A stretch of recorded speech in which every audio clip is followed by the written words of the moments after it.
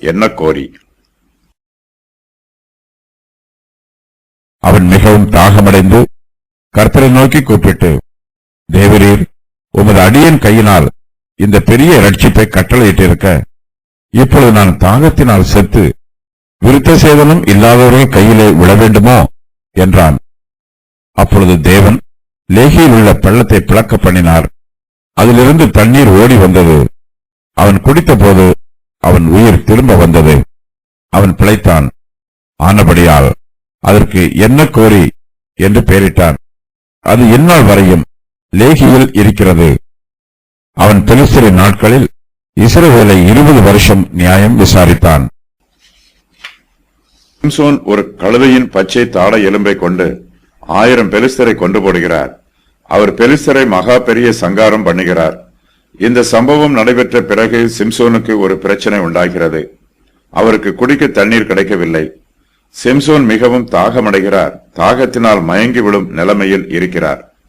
சிம்சோன் 1000 பெலிஸ்தரை கொன்று போட்ட பின்பு பாடின பாடலில் அவர் கர்த்தருடைய பெயரை ஒரு தரம் கூட சொல்லவில்லை. சிம்சோனின் கைகளே பெலிஸ்தரை கொன்று போட்டது போல அவர் பாடினார். கர்த்தருடைய உதவி இல்லாமல் சிம்சோனால் ஒன்றும் செய்ய முடியாது. ஆனால் சிம்சோனோ எல்லா பெருமைகளையும் தனக்கு மாத்திரம் எடுத்துக்கொண்டார்.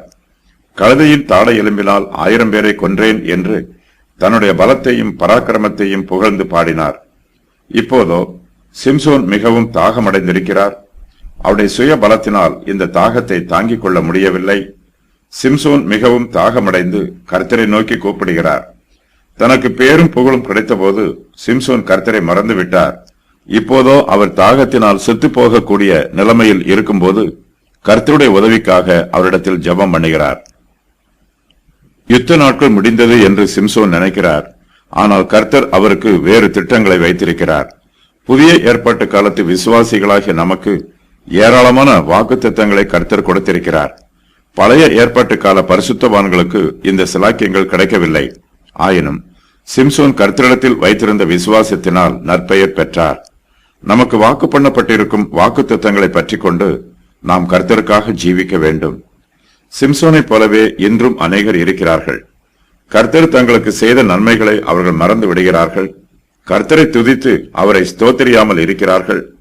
கர்த்தர் அவர்களை திருத்துவதற்காக அவர்களுடைய ஜீவியத்தில் ஒரு சில பிரச்சனைகளை அனுமதிக்கிறார். அவர்களால் பிரச்சனையை தாங்கிக் கொள்ள முடியாமல் போகும்போது அப்போது அவர்கள் கர்த்தரை நோக்கி ஜெபத்திலே கூப்பிடுகிறார்கள். தமக்கு நன்றி சொல்லாத ஜனங்களை தம்மிடத்தில் நன்றியுள்ள இருதயத்தோடு திரும்பி வர பண்ணுவதற்காக கர்த்தர் அவர்களுக்கு வேதனைகளையும் சோதனைகளையும் அனுமதிக்கிறார். சிம்சோன் கர்த்தரை நோக்கி கூப்பிடும்போது தன்னுடைய ஜெபத்தில் 2 காரியங்களை சொல்லுகிறார்.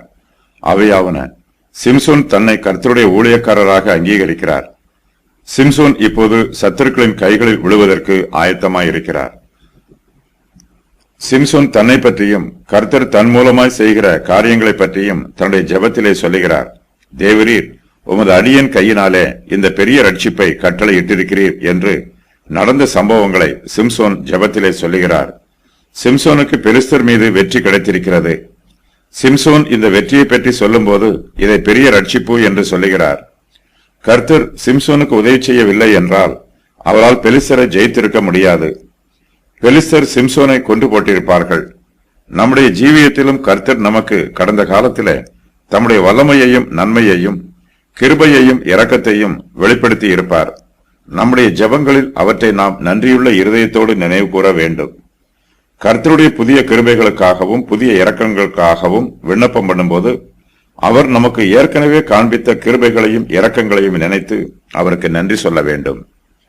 சிம்சோன் இப்போது தாகமடைந்திருக்கிறார். அவருடைய சரீர பலமெல்லாம் அவரை விட்டு நீங்கி போயிற்று. அவரை சுற்றிலும் பெலிஸ்தர்கள் இருக்கிறார்கள். அவர்கள் விருத்த சேதனம் இல்லாதவர்கள். சிம்சோனுடைய பலம் குறைந்து போனால் பெலிஸ்தர்கள் அவரை எளிதாக கொன்று போடுவார்கள். இப்பொழுது நான் தாகத்தினால் செத்து விருத்த சேதனம் இல்லாதவர்கள் கையிலே விழ வேண்டுமோ என்று சிம்சோன் கர்த்தரிடத்தில் ஜெபம் பண்ணுகிறார். சிம்சோன் செத்து போனால் பெலிஸ்தர் மிகவும் சந்தோஷப்படுவார்கள். தங்களுக்கு கிடைத்த ஜெயத்தை காத்திலும் அஸ்கலோனிலும் வீதிகளிலும் பிரகடனம் பண்ணுவார்கள். கர்த்தர் சிம்சோனுக்கு தம்முடைய கிருபையை வெளிப்படுத்துகிறார். சிம்சோனின் தாகத்தை தீர்த்து வைப்பதற்காக கர்த்தர் லேகியில் உள்ள பள்ளத்தை பிளக்க பண்ணுகிறார். அதிலிருந்து தண்ணீர் ஓடி வருகிறது. சிம்சோன் இதே லேகியில்தான் பெலிஸ்தரில் 1000 பேரை கொண்டு போட்டார். இந்த இடத்திலிருந்து இப்போது தண்ணீர் ஓடி வருகிறது. சிம்சோன் அந்த தண்ணீரை குடிக்கிறார். அவருடைய தாகம் தீர்ந்து போகிறது. அவருக்கு திரும்ப உயிர் வருகிறது. சிம்சோன் பிழைத்துக் கொள்கிறார். தேவன் லேகியில் உள்ள பள்ளத்தை பிளக்க பண்ணுகிறார். கழுதையின் தாடை எலும்பு இருந்த ஒரு பள்ளத்தில் இருந்து தண்ணீர் ஓடி வருகிறது. கர்த்தருடைய தெய்வீக வல்லமையினால் அற்புதம் நடைபெறுகிறது. சிம்சோன் அந்த பள்ளத்தாக்கிற்கு என்ன கோரி என்று பெயரிடுகிறார். இதற்கு கூப்பிடுகிறவனின் ஊற்று என்று பொருள். சிம்சோன் தண்ணீருக்காக ஜெபித்தார். கர்த்தர் அவருக்கு தண்ணீரை கொடுத்தார். நியாயாதிபதிகள் 15-18 வசனத்தில் சிம்சோனின் முழு ஜெபமும் கூறப்படவில்லை. நாம் அன்றாடம் குடிக்கிற தண்ணீருக்காக கர்த்தரை நன்றியோடு துதிக்க வேண்டும். கர்த்தரே நம்முடைய தாகத்தை தீர்ப்பதற்கு அனுதினமும் தண்ணீரை கொடுக்கிறார். தண்ணீர் இல்லாமல் நம்மால் ஜீவிக்க முடியாது. நமக்கு குடிப்பதற்கு தண்ணீர் இல்லை என்றால் நாம் தாகத்தினால் செத்து போவோம். கர்த்தர் லேகியில் உள்ள பள்ளத்தை பிளக்க பண்ணி அதில் இருந்து தண்ணீர் ஓடி வர பண்ணினார். சிம்சோன் அந்த இடத்திற்கு என்ன கோரி என்று பெயரிடுகிறார். இந்த பெயருக்கு தான் கூப்பிட்ட போது தனக்கு கிடைத்த நீரூற்று என்று பொருள். சிம்சோன் இந்த ஸ்தலத்திற்கு என்ன கோரி என்று பெயரிட்டு தான் தாகமடைந்து வேதனைப்பட்டதையும் கர்த்தர் தம்முடைய கிருபையினால் தனக்கு இரக்கம் காண்பித்ததையும் நினைவு கூறுகிறார். கர்த்தர் தம்முடைய ஜனத்திற்கு ஏராளமான ஆறுதலின் ஊற்றுகளை திறந்து கொடுக்கிறார். நாம் பல சமயங்களில் நமக்கு ஆறுதல் வேண்டும் என்று கர்த்தரை நோக்கி கூப்பிடுகிறோம். நாம் கூப்பிடும் போது கர்த்தர் நமக்கு ஆறுதலின் ஊற்றை திறந்து கொடுத்து நமக்கு இரக்கம் காண்பிக்கிறார். கர்த்தர் நமக்கு காண்பிக்கும் கிருபைகளையும் இரக்கங்களையும் சிம்சோனை போலவே என்ன கோரி என்று அழைக்கலாம். சிம்சோன் கழுதையின் தாடை எலும்பினால் 1000 பேரை வெட்டி கொன்று போட்ட அந்த இடத்திற்கு ராமாத் லேகி என்று ஆரம்பத்திலே பெயரிட்டார். இந்த பெயருக்கு தாடை எலும்பை உயர்த்துதல் என்று பொருள். நம்முடைய முயற்சியினால் நாம் தாடை எலும்பை உயர்த்துவதனால் நமக்கு வெற்றி கிடைக்கப் போவதில்லை. கர்த்தர் தம்முடைய கிருபையை நமக்கு கொடுத்தால் மாத்திரமே நமக்கு வெற்றி கிடைக்கும். நம்முடைய தேவைகளுக்கு நம்முடைய சுயபலத்தை சார்ந்திராமல் கர்த்தருடைய கிருபையையே சார்ந்திருக்க வேண்டும். இந்த சம்பவங்கள் நடைபெற்ற பிறகு சிம்சோன் இஸ்ரவேலை 20 வருஷம் நியாயம் விசாரிக்கிறார். இந்த காலங்களில் பெலிஸ்தரே இஸ்ரவேலை ஆளுகை செய்கிறார்கள். சிம்சோனுக்கு ஆபத்து வந்தபோது இஸ்ரவேல் புத்திரர் அவருக்கு உதவி செய்யவில்லை. ஆனாலும் சிம்சோன் இஸ்ரவேலை 20 வருஷம் நியாயம் விசாரிக்கிறார். இஸ்ரவேல் ஜனங்கள் சிம்சோனின் ஆளுகைக்கு கீழ்ப்படிந்திருக்கிறார்கள். விருத்த சேதனம் இல்லாத பெலிஸ்தர் இஸ்ரவேல் புத்திரரை ஒடுக்கினாலும் இஸ்ரவேல் புத்திரருக்குள்ளே அவர்களை ஆளுகை செய்வதற்கு கர்த்தர் சிம்சோனை நியாயாதிபதியாக எழுப்பியிருக்கிறார். இஸ்ரவேலருக்குள்ளே வழக்குகளும் பிரச்சனைகளும் வரும்போது சிம்சோன் அவர்களை நியாயம் விசாரித்து அவர்களுக்கு நீதியான தீர்ப்பு சொல்லுகிறார்.